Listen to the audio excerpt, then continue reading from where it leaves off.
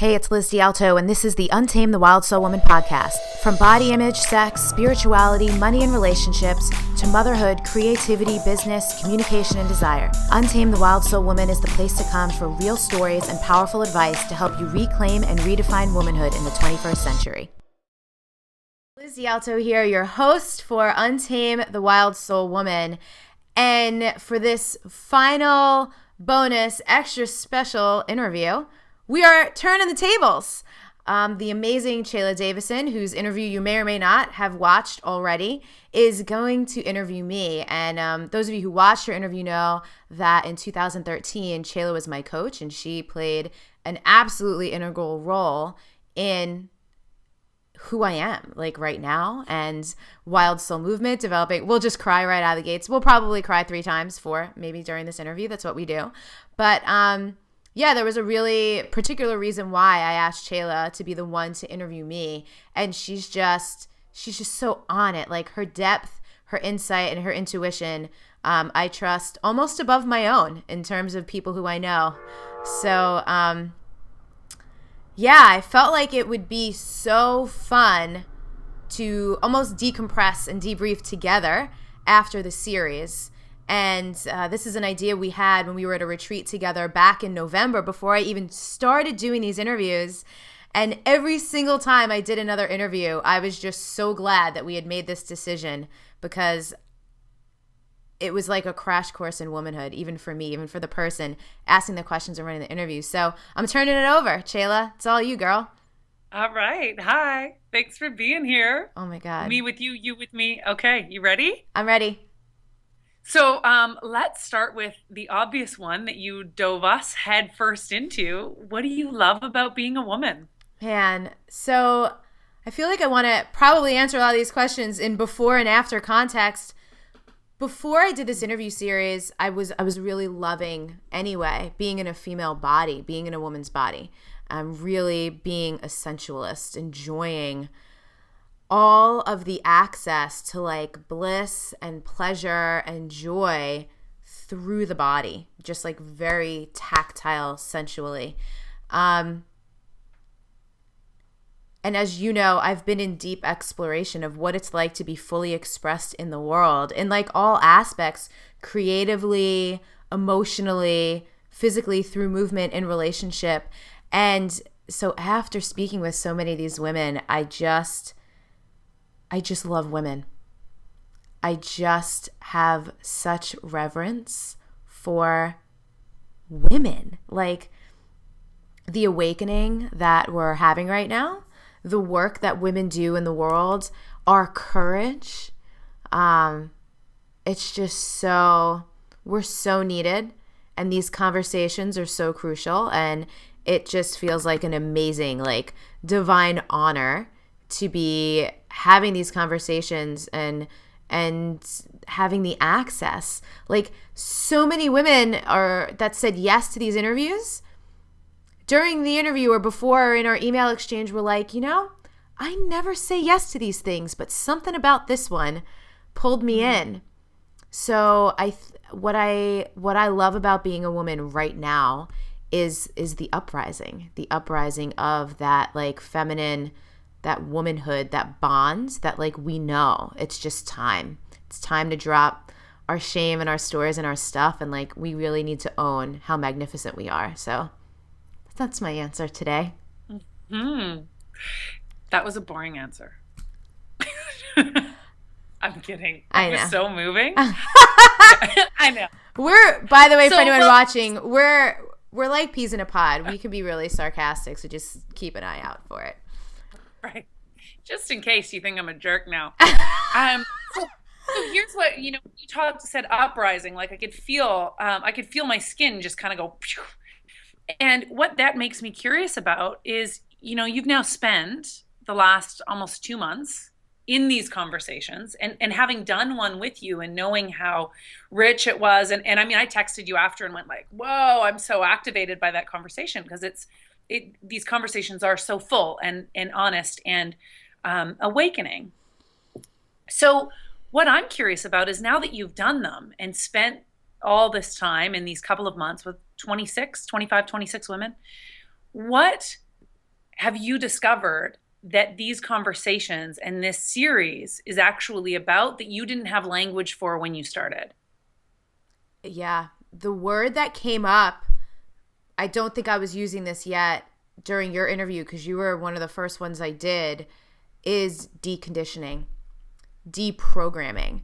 It really turned into like the most central, most meaningful part of these conversations being about letting like women at large, women all over the world, anyone who tunes in, know what's available by showing and demonstrating all of the cultural and societal programming that we, all of us at some point have agreed to, right? That we didn't even know. And then once we know, how does it continue? Like, how do we unravel? How do we get to the core of who we really are? Not just as women, but like as humans on this planet, to really like be and express and experience like love, like real love. Like, what does that mean to be an individual, but also part of a collective? So those words, collective and deconditioning, were huge. And it would be completely remiss, bordering on disrespectful, to not mention the divine feminine. This is really, for so long, she has just been denied and quieted and like put in a corner. And so this isn't about, and even when I say uprising, that has like almost like this anarchist tone to it. And it's, again, not my style to rage against what I don't want. So even the word patriarchy, I kind of shy away from using it because I don't ever want to be like, damn the man, and just put more energy on fighting. But it's more of like this opening and to be like, listen, it's just this whole aspect of energy and divinity that we've all been so closed off to because we didn't know what it really was and what she really meant. And she's just coming back. I think that's one of the reasons I was inspired to even do this series. It was like this little itch, like, people need to know. And you're just noisy enough to have all the conversations. So go right ahead. Awesome. So when you say divine feminine, and this, because this word is all over, in different contexts, and different people use it in different ways. And so I'm curious and I think you touched on that a little bit, as you're talking about this energy, but what do you mean when you talk about her being pushed away, or now really resonating with that this is on behalf of the divine feminine? What does that mean? So this is great because, especially for anyone tuned in, you're probably not still tuned in this far along if I've offended you, or like you have these staunch conservative or religious beliefs that you feel like don't fit in with what we're talking about. So I'm going to assume you're down. But it's just this idea that even in like government and religion, like the two most powerful structures where most people get their guidance and develop their like beliefs and their shoulds and their goals and all these things around, from like the education system to, religion and stuff like that. It's primarily like masculine. There's just like these qualities of like divine masculine and divine feminine. So divine masculine is about like the goals, like penetrating, like going for it, taking action, ascending. It's already ascended, right? The divine feminine is more about surrender, receptivity, allowing and being. This openness. Deb Kern, when I interviewed her, when I asked her, what do you love about being a woman? She said, being a soft place to land. And I think that right there was like just such a great description. But the thing I think that gets distorted in a lot of the current conversation around divine feminine is it's not one or the other. Like, you need the yin and the yang. It's a marriage. So, well, and if I can even build on that too, when you're talking about these aspects of the feminine, when looking in various lineages of which expression of divine feminine comes out in different places, so even when you're talking about uprising, it's like, well, there is, even though you're not wanting to rage against, there is ferocity there. Yes. And part of what I heard when you were describing the energy that was behind the love of the collective that showed up here, and the uprising combined with this what was it, deconditioning that you said, that it has a feeling of not necessarily fighting against, but like killing off. So in deconditioning, it's what have I formed around myself that now actually just needs to die? Yeah. What have I agreed to that needs to be burned off? And it sounds like this has been a lot of what's been exploding upward for you throughout this. Yeah. Yes. And I think that's a big thing, like that death and rebirth cycle, because it was Jen Blackstock in her interview. We talked about the difference between the hero's journey and the heroine's journey. The hero's journey is like out into the world and who are you going to be and what are you going to do? The heroine's journey is inward. It's like, who am I? Something that I've read in a couple different contexts that only just started making sense to me literally in this book that I'm reading about Mary Magdalene right now is the difference between the soul and the spirit. And the spirit is like the ascended, like the higher self. That's a more, again, associated with divine masculine. And the soul, the depth, the inner, the deep inner, that's like the feminine. And again, there's just so many nuances. And I love that you said the different expressions, because that's one of the things that I loved so much about having such an array of women is being able to show women that divine feminine, woman, even just woman, comes in many shapes, sizes, forms, and expressions. Because a common theme, that's something that was super present for me, and I know you and I have talked about this too, and you can relate, is that feeling of, I do have amazing masculine energy. I can get shit done. I could be powerful, and like, there are times when it's like, just get out of my way and let me go do. Mm-hmm. But then I need to like have that balance to like rest. This is why we get burned out. This is how our society works. Like when it's so masculine driven. I went on a little bit of a tangent there, but I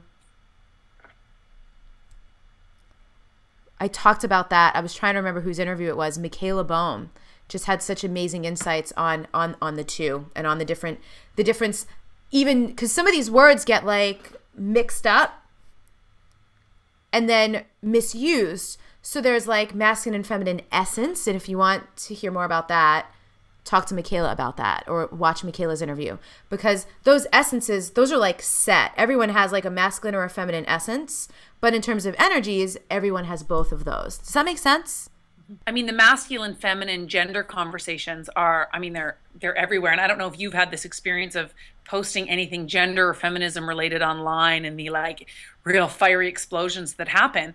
But you know, what you just described there, like we're giving language to things. And part of some of the conversations I've seen that I've been curious about, and I'm curious of your take on, and in my own experience too, with, you know, what is feminine versus what is masculine.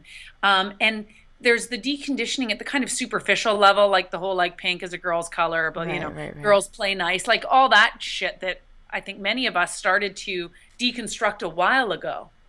But now even this conversation of like when you said, you know, I want to, like I've got this power and I want to go like get things done, you know, and I get more masculine. Do you? Right. Is that a masculine quality? And I don't know if this is the place to unpack that, but that it made me curious about and I'd be curious about your experience of when do these polarities or this language of masculine, feminine, essence, energy, in what ways do you find them really nourishing and helpful? And in what ways do you find them confusing or problematic or even create conditionings and agreements that aren't supportive? Or damaging? This is such a great question. Yes! I was listening on, I was flying back from Maui last night and I was listening to Women Who Run with the Wolves. It's I could listen to it over and over and over again. Every single time I listen to it, something else jumps out at me. And one of the things that she said, because that's all about the wild woman archetype, which clearly I am all about the wild woman archetype here, Untame the Wild Soul Woman. One of the things she said was that the feminine archetypes that were really just honored as significant primarily throughout most of time were that like nurturing mother, and then like that demure maiden damsel. So it's such a great thing that you hooked into that little nuance of being like, well, when you go out to get shit done, are you being masculine or is that your expression? The answer is an amazing, incredible mix that in this moment, I don't even feel like I need to put language on. Like, I don't feel like I need to label it or put it in a box. And you're right. I think that's what happens because we're human and we want to put language to things and we want to understand. So I think this is the wild feminine aspect of it, is just being like, I don't give a shit. I just love it. And I'm just going to use it. And it's part of my very personal power that works really well for me. So do I even need to know what it is, or can I just like love on it and cultivate it? To me, that feels very permission giving. And something, I don't remember if we were talking about this before we started recording or if it already came up, but it's like just being yourself. And so one of the things I found to be really helpful for this is, and I teach this in Wild Soul Movement, go on a hunt for the feminine archetype or the deity that you connect to. And there could be more than one. So for me, I really feel like I have intimate personal relationships with Durga, the Hindu goddess, with Mary Magdalene, with Isis, the Egyptian goddess. And that's where I connect. And for the most part, these are like really fierce female energies. And that's how I feel connected. And that's what I feel like for me. So to an extent, sure, label it or put yourself, whatever feels. The important thing is, and this came up so much in these interviews, has to feel good and it has to feel true to you. It has to land in your body. It has to actually turn on your body. You know, like when I see, I had this print. I was reading over a year ago, and I still haven't even gotten through all 9 goddesses, Sally Kempton's Awakening Shakti. And when I got to Durga, I was like, this is my girl. I just knew. Even the picture, the way the illustrator drew her, it looked like my body, like this voluptuous kind of like figure. And I actually found the guy's website and I had him make me a print so I can hang it up in my movement room. And that thing turns me on to no end. I love her. Oh, so great. Yeah. So great. So here's what I want to know in your journey with your expression. And I mean, you can even see it in the way you move, right? Like you're just so fierce and expressed. So I want to know, it's 2 questions in one, but I'll put them both out there. So I want to know, in your earlier years, so back to this question of deconditioning, you know, that may, even looking back, it might be like, to even grok that used to be how I was conditioned. So what were some of the early, most significant agreements you made around what it means to be a woman that you woke up to and tore apart? And how did you do that? Question 1. And question 2, can I do this? Can I? Yeah, I'm going to write down question 2 because I always forget the second one. Go ahead. Well, I can always, yeah. So, and question 2 is, in what way are you doing that now? So what's actually being deconditioned now? So I want to know like some of the earlier formation stuff, and then what's the current edge? Great. God, I love you. I love you too. So I was raised Catholic, which I'm so grateful for because I actually remember always being so curious about that other Mary, and this current connection to Mary Magdalene is so funny to me because I remember being like, oh, I want to know more about that one. So funny that was there when I was like very little. But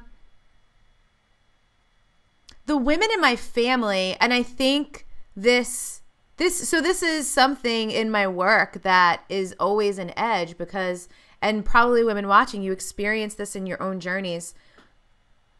We feel so indebted, like we owe so much to our moms, to our grandmas, to the women who raised us and like took care of us.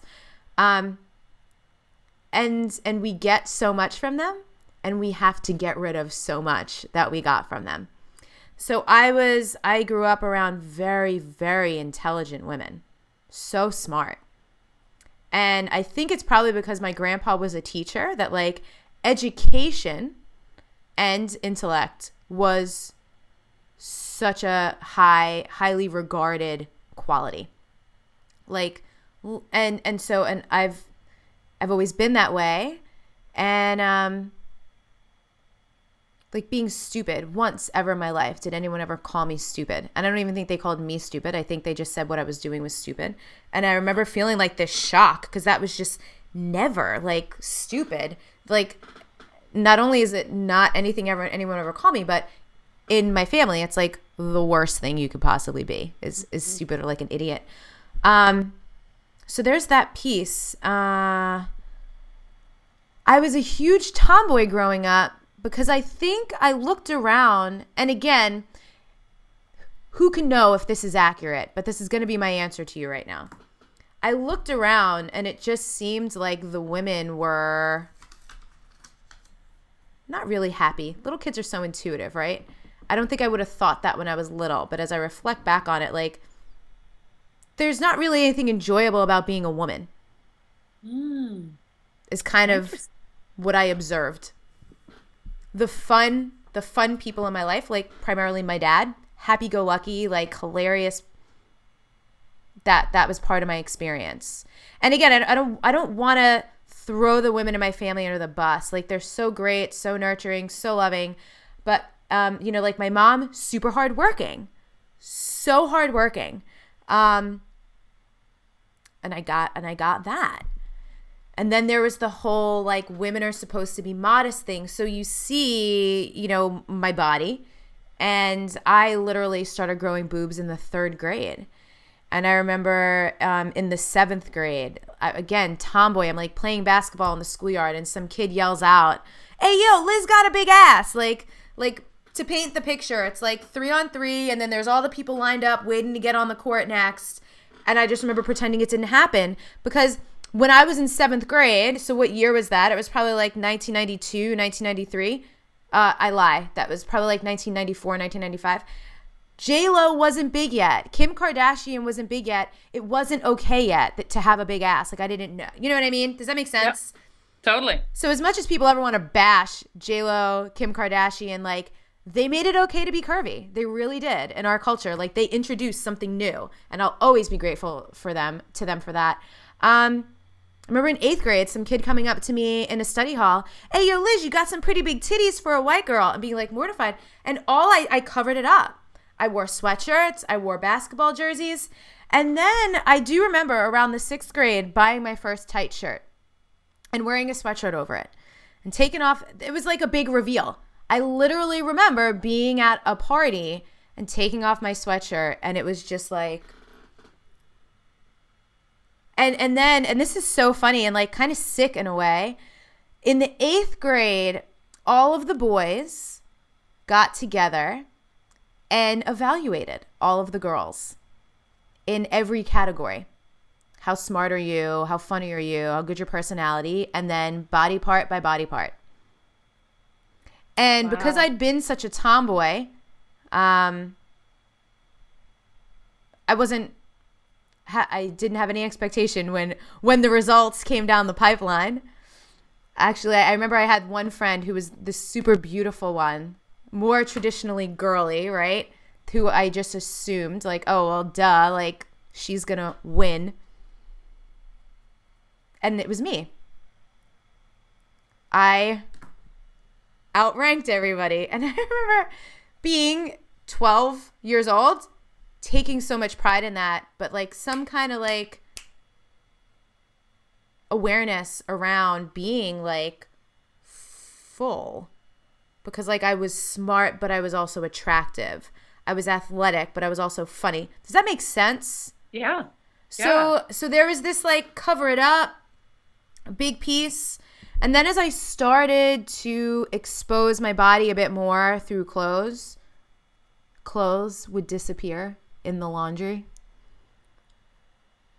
A shirt that was too tight would disappear. So I just think there was like just this fear. And I've noticed this as I progress. So as we segue into the second part of the question, doing now, I wrote a blog post, infamous blog post that really kind of launched Wild Soul Movement in October of 2013 called Getting Naked and Falling in Love.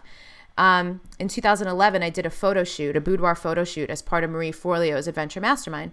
And there was this one picture that'll probably for the rest of my life be my favorite picture of myself ever. Black and white. It's like from here to here. And I'm holding my breasts, and it's like art. And I remember looking at this picture and thinking, this is one of the most beautiful pictures, not of me, but of anyone I've ever seen. And feeling like this weird, like shame, immediate contraction around thinking I was beautiful or that my body was beautiful, because I was just so used to like not celebrating that. And I love the right in your voice. Yeah. And I wanted to blog about it. And I remember pretty much asking my mom for permission. I remember being like, I got to tell my mom because she's going to freak out if I post a naked picture of myself on the internet. And we fought for like a week, and then I didn't post it in 2011. It took me 31 months or something like that, 32 months to get the guts to be like, this isn't her choice. This is not. And I finally posted it, and still like she was still raging against it. And my dad, even, I remember before my photo shoot for the Wild Soul Movement website for the rebrand, my dad calling me like on behalf of them and being like, so tell me about this photo shoot, you know, like, think you're going to be a little covered up or like whatever. And I lost my shit. I was like, absolutely not. That's not what this is about. Like, I get it. But and so that was a big turn in realizing that they just love me and they want to protect me. And it's just not their culture. It's not their generation. It's not how they were raised. And it's like very scary for them to watch me put myself out, like my full self, including my body. Because when your background, like just like that, it's Catholic upbringing. My dad is too. And I'm not bashing Catholicism. If that's your religion, that's totally fine. But there is this like women are supposed to be modest stigma that makes it very shameful. And again, I think this is why I connect so much to the Mary Magdalene story, because she was labeled a prostitute, and that's just like not the truth. Right. So here's what question sparks for me when you talk about putting your full self out there, and I get what your parents' views are in terms of modesty, but then we also, you know, are in a culture where we're dealing with the objectification of women as a really toxic thing. So for you, I'd love to hear your thoughts and perspectives on what is the difference between putting your body out there, sharing your form in a way that is objectifying or not empowering versus a way that is empowering and a celebration. This is a great question, because it completely aligns with why Wild Soul Movement chose me. I literally had no choice but to change my business, because when I was a personal trainer for 4 years, I spent 4 years teaching women how to address the externals.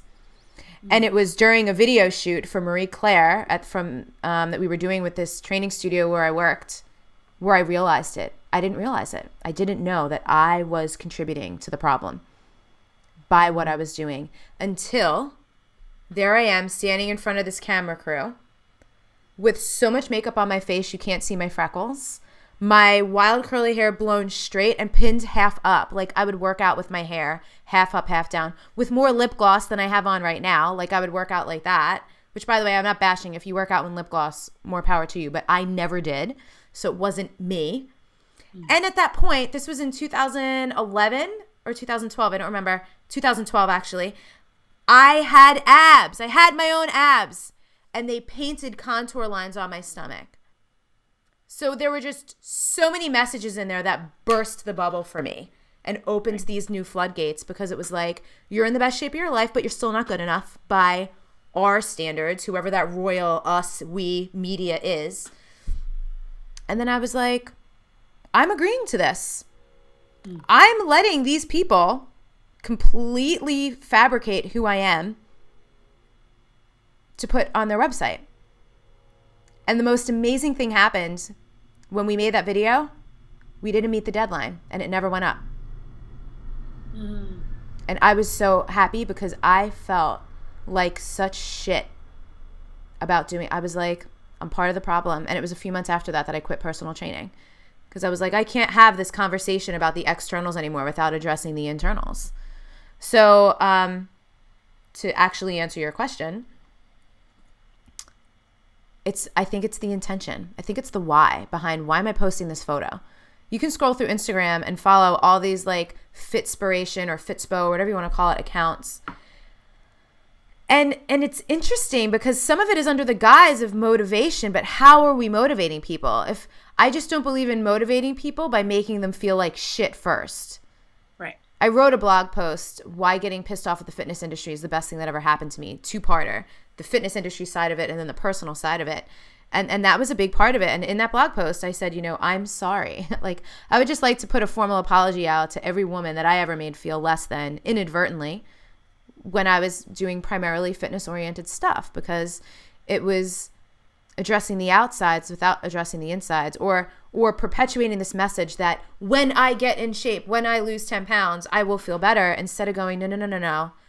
I have to have that. I have to source from within and then decide what I want the outside to look or feel like. It's so backwards. So around that topic of objectification, I just feel like it's the treatment of the body. Why? What am I using my body to get attention for? For me, it's self-love, self-trust, self-acceptance. For many people, it's, oh, hey, look at me. I'm in better shape than you are. Do what I say. Does that make sense? Mm-hmm. I'm guiding women on a journey within. And even in that place, I'm saying, like, you're the expert. I'm not the expert. I'm just one of my wild soul movement women. This is my favorite description or label anyone's ever put on me. She's like, you're like a soul Sherpa.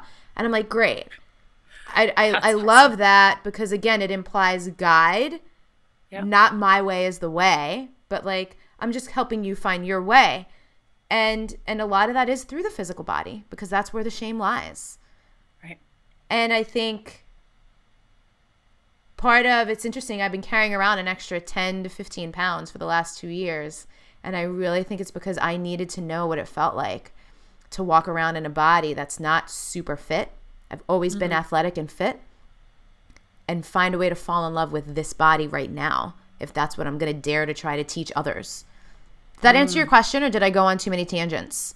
No, you went on tons of tangents, but it still answered my question. And here's what I really heard is in terms of the distinction of what we're putting out there, because there are a lot of putting out women's bodies that aren't actually done by the women themselves, or there's not, even when you described your experience with Mary Claire, right, where it really is about, well, here's object to look at. But what I heard the distinction for you, and even your response when you looked at that picture of yourself, it wasn't that you were looking at that picture now as object, but you fell in love and you looked at that picture with reverence. So there wasn't this I'm separate from object, but the beauty of it, as you regarded it, and as that's unfolded, and you've now put it out on the internet for everybody to see, and more of this. What I kind of got from what you were saying was that the difference is sourced from an internal perspective, or from an internal place as a self-expression. So we could even have the same image that goes out there. And some can be actually it sounds like there's both, like there's the beholder. So there's what we're looking at, and anybody can objectify anything that we are regarding. But as the subject itself, to have ourselves be put out there, and that the value, the result, the expression come from what comes back, right? So I'm going to put this out there so that you validate me, so that you see me, so that I'm enough, so that I look this way or that way. The trying to find the wholeness comes from the external bouncing back.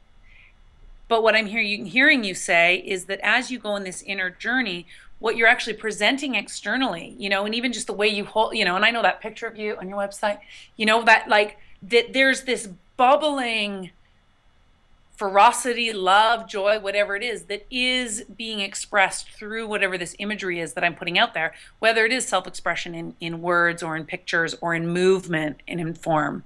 Yeah. So yeah, that's what I got. Yeah. And you know what, actually, I could have articulated this in this much shorter way that I like to talk about too. It's just like treating the body as art. Centuries and centuries ago, the female body in all of its forms was art. It was sculpted. It was painted. It was revered. And it wasn't. There was actually a post, and I'm sure if you Google it, you can find like famous art, pieces of art, what they would look like photoshopped. Yeah, I've seen that. Yeah. And very trim. They'd look very, very, very trim. Yeah, and that's just not not every female body is like that. And the ones that are, that's great too. Because that happens too, right? Then there's like skinny shaming. Like you can shame anything, or you can look at all of it as unique expression. Yeah, beautiful. So here's what I want to know, a personal question then about this, what you've assigned meaning to in terms of carrying more weight than you did before. What has helped you fall in love with your body as it is? Touching it and looking at it. Awesome. Yeah, that's easy. Standing in front of the mirror naked. It's so confronting. Yeah, well, I was going to say, so how do you stand in front of the mirror? Like, I'm going to speak on behalf of many women here. The experience of standing in front of a mirror naked, how do you have that be a portal to falling in love with your body, as opposed to an exercise in judging and assessing what you should change?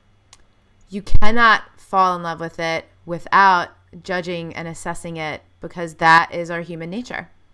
So you have to have that experience. And this came up during so many interviews. You have to allow yourself the full range of emotion. You have to feel the dark stuff.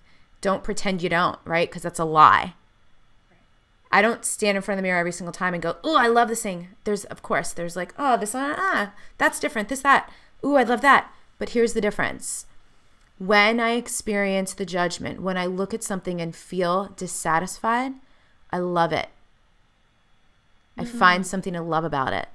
And that's what I teach my women. That's an intention that you bring as part of that practice. Yes. I am there to find something to love. And maybe it's like my collarbone that day. Maybe it's like my index finger, not like my stomach, right? I think stomach is probably one of the most shameful areas on the female body across the board, especially for moms when there's like stretch marks or a scar or something.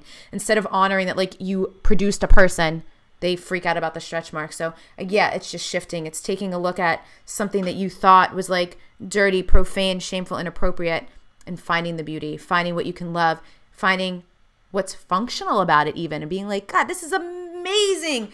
These breasts fed someone, like whatever it is. And I've shared this with you. So I learned this practice from Kim Anami, she's also in the series, of massaging my breasts. And this is what, in 2014, I gave up bras. I have double Ds. And other than if I'm doing an intense workout, I never wear a bra anymore. Couldn't even tell you the last time I put on a regular bra. And I just love it. It's dumbfounding to me. I just love it. A lot of women they're like, oh, don't they sag? I'm like, you know what? They stood up. It was like 5 minutes a day massage. And I'm going to make a video. By the time this is up, my breast massage video will already be on YouTube. So just like go to Liz DiAlto YouTube and look for breast massage. And your mother is going to love that. She is going to love it. And then that's not my responsibility, right? Talk about another theme, not taking responsibility for other people's experiences. But just getting up in there and like, feeling on them. And I love to do it either in the shower with the soap or after with lotion. And it's just like spending some time. It's like I have a new set of boobs. Wow. My favorite thing now is when people ask me if they're fake. And I'm like, no, local and organic. I grew these myself. And so I'm not promising that that'll happen for you, but it's like anything else. Give it love and attention and watch it grow. It works for plants. Why wouldn't it work with my body? I love it. I love you so much. You're amazing. Okay, I have one more question for you. Yes. What does this world need from women now?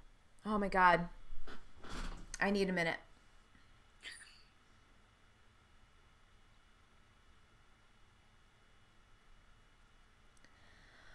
The world needs women to stop pretending they aren't sacred. To look at all the ways that you deny who you really are.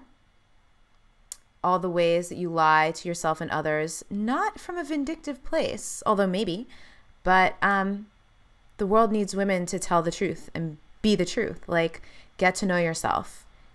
Fall in love with yourself.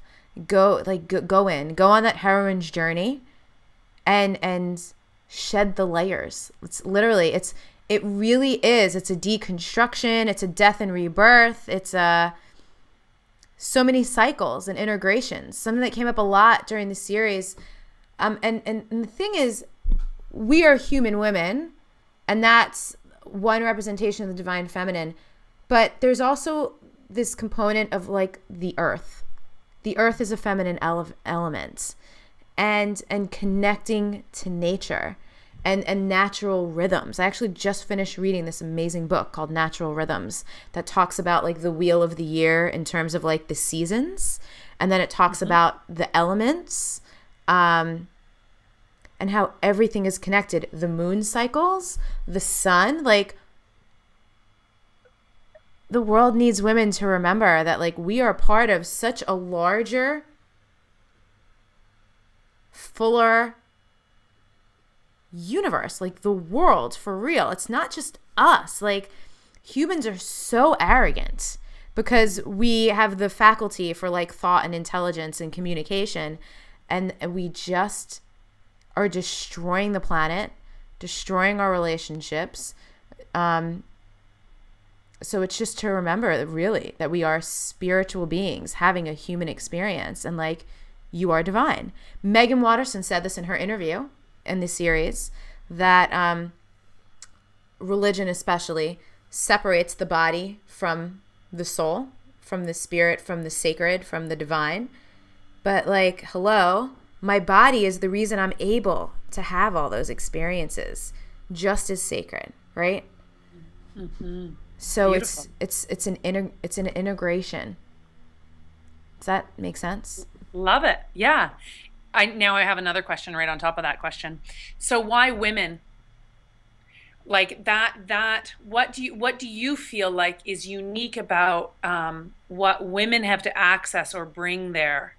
And not like to leave men out, but why do women need to wake up to that? Why do women need to wake up to who we are? Well, I'm glad you said that, because it doesn't leave men out, because men also have been denying their feminine for centuries. And just like look at our planet and look at our world. How's that going for you, everybody? You know? So The reason why women is because we just haven't. So the current state of the planet, the current state of like culture, societies, like all this, really, there's so much ugly stuff that gets a lot of airtime in the world. There's still also so much beautiful stuff, which is largely what is discussed in this interview series. But it's because women have been tamed. We have been taught to be quiet and to play it safe and to not be too much and all these things.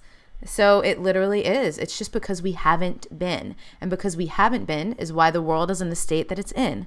So when we come out, when we give ourselves permission to be who we are, when we trust our inner wisdom just as much as, and especially more than anything that comes from the external, we can literally save the world. Like, it's not a joke. It's not a big, like, pie in the sky dream. Like, what it was like Dalai Lama said it, right? The Western woman will change the world or save the world or whatever. Something like that. But it's because we haven't. We've just been silent and tame and quiet for like way too long. So it's not that we're more powerful. It's just that the collective has not had the access to our wisdom and our power and our medicine and our amazingness for way too long. Beautiful. Thanks. Thank you. And thanks for the unleashing of this in this series and these conversations, and your depth and earnestness and passion is like, it's just so palpable. It's amazing. Thank you. Thank you. I mean, it's just so fun.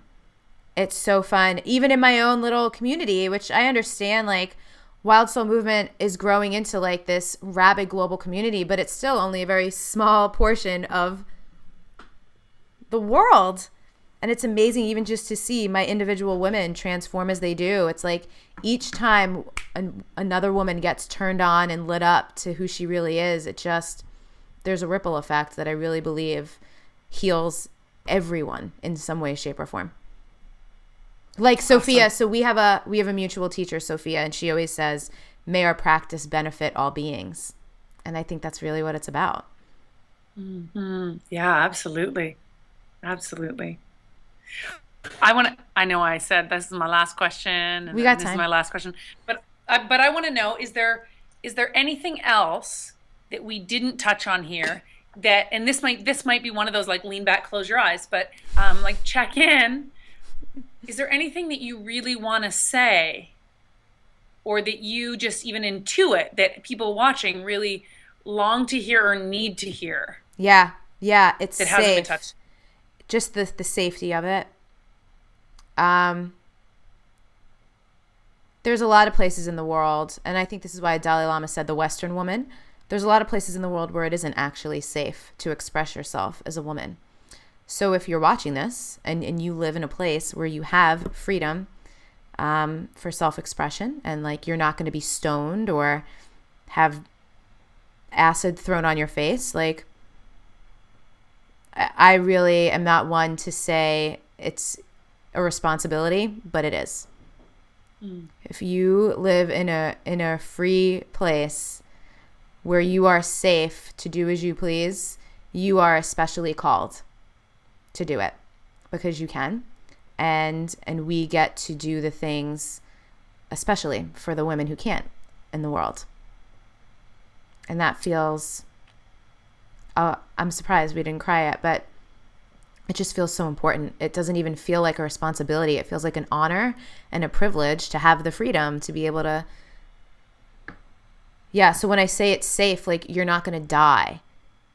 It gets so emotional. And when you, Jen Blackstock and Foxy Pickett talked about shadow work, I think Rochelle Sheik did a little bit too.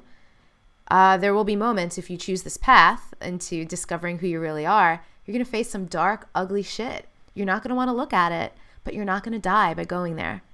You know, I've had in this last year of me really deciding, all right, if I'm going to teach this, I have to do it. Some ugly, ugly cries, like laying on the floor, fetal position. Like there was one, especially, I just don't think I'll ever forget this. Like I really did for a moment feel like I'm like, is this what dying feels like? The amount of inner turmoil was just borderline unbearable. And I don't know if Mike wasn't like laying on the floor with me, if I would have even been able to go there. So like that's the other thing too. Like you need each other and you need a support system. You can't do it alone. Yeah, well, and I was just going to ask about that, right? Because you say it gets really emotional, but it also, as much as you say it's safe, um, is that actually is that actually true? It's true structurally. Is that true within the experience of people? And I would say it's not. So what's your, because so many people are gripped by terror, right? So there's going into it and having to hit all the emotion and the tumult. But what about actually not moving into that self-expression at all? Because as much as we live in free countries, we're in different countries, as Westerners, we have freedom of speech, we can push these edges. But it often feels like when it comes to self-expression and visibility and putting your ideas out there, especially the way people can start to take that down. What do you offer people, or what do you work with yourself when the terror itself tells you this isn't safe? I'm so glad you're asking this because it was a huge oversight on my part to not include this. The first thing that needs to be cultivated is trust in yourself and trust in the divine. There's just so much I've been able to do because I just have this deep, deep, deep, deep trust that I'm going to be fine. And that if my intuition is screaming at me that I have to do it, then that's the truth. And that my intuition is my access to my higher self. So that's not even coming from me. It's coming from upstairs management or whatever you want to call it. So how do you cultivate that? How do you cultivate that relationship? You have conversations. So I'll tell you my favorite book is Outrageous Openness by Tosha Silver. Watch her interview. She's in here. I was so pumped when she was one of the people who's like, I get hundreds of these requests. I never say yes to any of them. And actually, she's the only person I got to interview in person. It was so amazing and fun to meet her. Read her book. It's short. Okay. It's a quick read. And it's called Outrageous Openness, How to Let the Divine Take the Lead. Beautiful. Because I think my friend Jill says this, and I love this. The opposite of control is trust. So when we are trying to like be the person who moves the strings in our own lives around everything, we're constantly communicating to our deep inner wisdom and to the divine, I don't trust you. I'm not gonna let you show me the way. I'm just gonna control it. I could do it better than you can. So it really does. You've got a massive reversal is what you're talking about with how you even, not just what you put out there in your self-expression, but actually how you move in your day-to-day. Yeah. So the answer, I can't actually give you an answer. I can only tell you what works for me. That's what works for me. But so whatever feels appropriate, and it'll change. It might change 100 times. Like, so for me, coming out of a traditional religious upbringing, even knowing what to call the divine has been, I don't want to call it a struggle, an experiment, a constant dialogue and conversation. I really, really dig like holy, like mother, father, God, because that just acknowledges like the full marriage, divine masculine, divine feminine aspect of a God. That's both, not just like this. When I was little, do you know how I pictured God? Beard? Cloud? He looked like Mr. Clean, bald, earring. I don't know why my God had a gold earring, and like some kind of like Mexican poncho. That's funny. Yeah, most people it's like the white hair, white beard. But and try things on and experiment. Like that's why I had to go and kind of like try on different deities to see where I really resonated. And it was funny because for a while I resisted Jesus Christ. Because it was part of Catholicism. And then I realized, oh my God, like what he actually represents, if I want to take him out of the context of religion, is amazing. So reconnecting this year with Jesus, which brought me to Mary Magdalene, like, but that's been those are my peeps, right? Like those are my gods. Tosha Silver in the book, she says, I'm wildly polyamorous when it comes to the divine. And I love that because it's all an expression of the same thing. They're just different energies. Yeah, and what I'd love to just add to that too. So for people who, because what you're speaking to is a second person relationship to God. I, thou, me, and this other that I'm in relationship with, that I'm praying to. And so for a lot of people, especially those who are the aftermath that we are in of the wounds of the constraints of religion, there are a lot of people who a second person relationship to God actually feels like the scariest one, or like that's not real, that kind of, the least able to access. So another relationship to the divine or to God, so through nature, a third person relationship, right? So I know a lot of people that will connect and feel settled in. And so that can be a tool too, is if you're wanting to feel that it doesn't matter what the external responses are, that connection to self and connection to something larger, finding larger spaces of nature where you can actually really feel that bigness of the cosmos organizing itself into this small little plush planet that we're a pin drop on. Yeah. And I love you use the word separate, and this is the biggest thing. I think that's the primary issue that I have with religion, is that religion makes God separate. Religion says, oh, God loves you unconditionally, but here are all the rules that you need to follow for when you get judged at the end of all this. It's such a conflicting message, right? Like, there's a book, it's called Soul Cravings. I think the guy's name is like Michael McMasters or LeMaster or something. I don't remember the specific name, but the book is called Soul Cravings. And he's like, hello, like imagine God up there, like, I'm just trying to love you, please let me. And then we create the structure and the rules that goes, no, he's here, you're here, you need to earn the, it gets messy. I could have this conversation all day, but it's about letting that divine love. It's love. It's just love, really, right? Ultimately. I love that quote. I don't know who said it. Maybe it's a Marianne Williamson, like, only love is real. If you just operate through life under the assumption that only love is real and that, like, love is always the appropriate response, let that be your religion if you need one. Right. I don't mind preaching that all day. That could give a, pardon me? I don't mind preaching that all day. Preach. Awesome. So great. So where are you at now with where we're at with our interview? Do you have anything else you want to say? Want me to sneak another burning question in there for you? I feel pretty complete because I think where I am right now is where I imagine a lot of women will be after watching these. There's an infinite number of questions and directions that we could go in from here. And okay, great. So let me speak to that then and ask and this can be a way to close things up. So when thinking of women just watched, people, men, women, just watched 26 interviews. Now they're watching you. Let's imagine that, like, we're all blown right open from all the wisdom and intimacy of it all. What's one small, doable move to help you integrate it, particularly if feeling overwhelmed or shaken? The answer is going to be meditation. And here's why. Just quiet, still time with yourself. And so I have 2 recommendations. 1, watch Deb Kern's interview and do her egg meditation. She walked me through connecting to the earth and connecting to your higher self in under 5 minutes.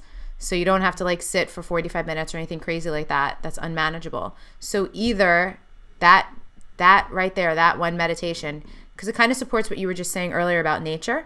Just, like, get connected to something. Why not let it be the earth and whatever you perceive to be your higher self?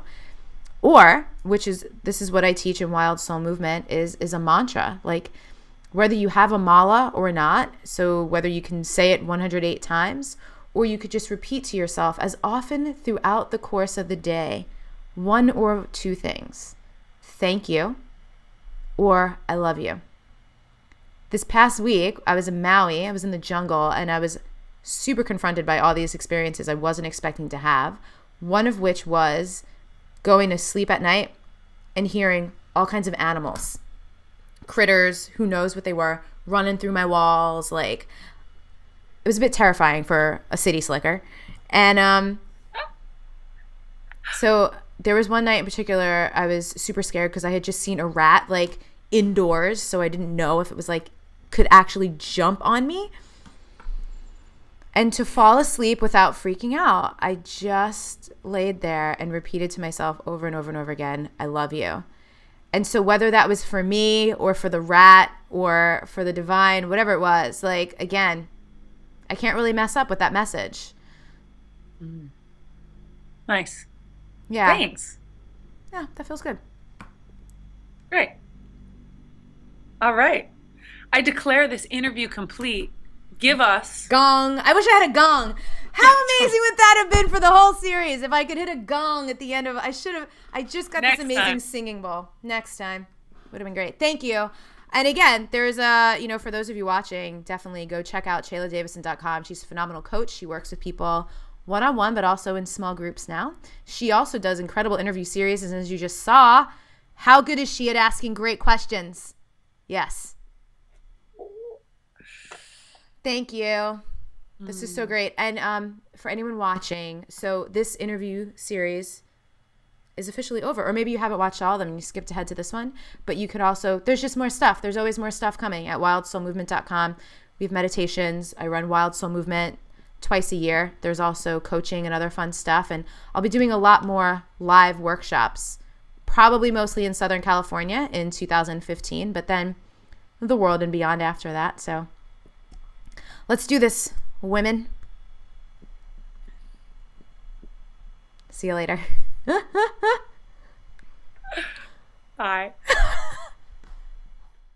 So the purpose of this video is really to help you have a better relationship with this amazing part of your body that surrounds your heart chakra, that is really a big part of being a woman. And also, depending on your situation, maybe you have smaller breasts, maybe you have larger breasts, maybe you've had some kind of breast surgery or a mastectomy, or maybe you have breast implants. So I really, no matter what your situation is, what your connection to this area is, want to encourage you to explore and to get to know yourself here and to use this practice as a way to really love on this area of your body.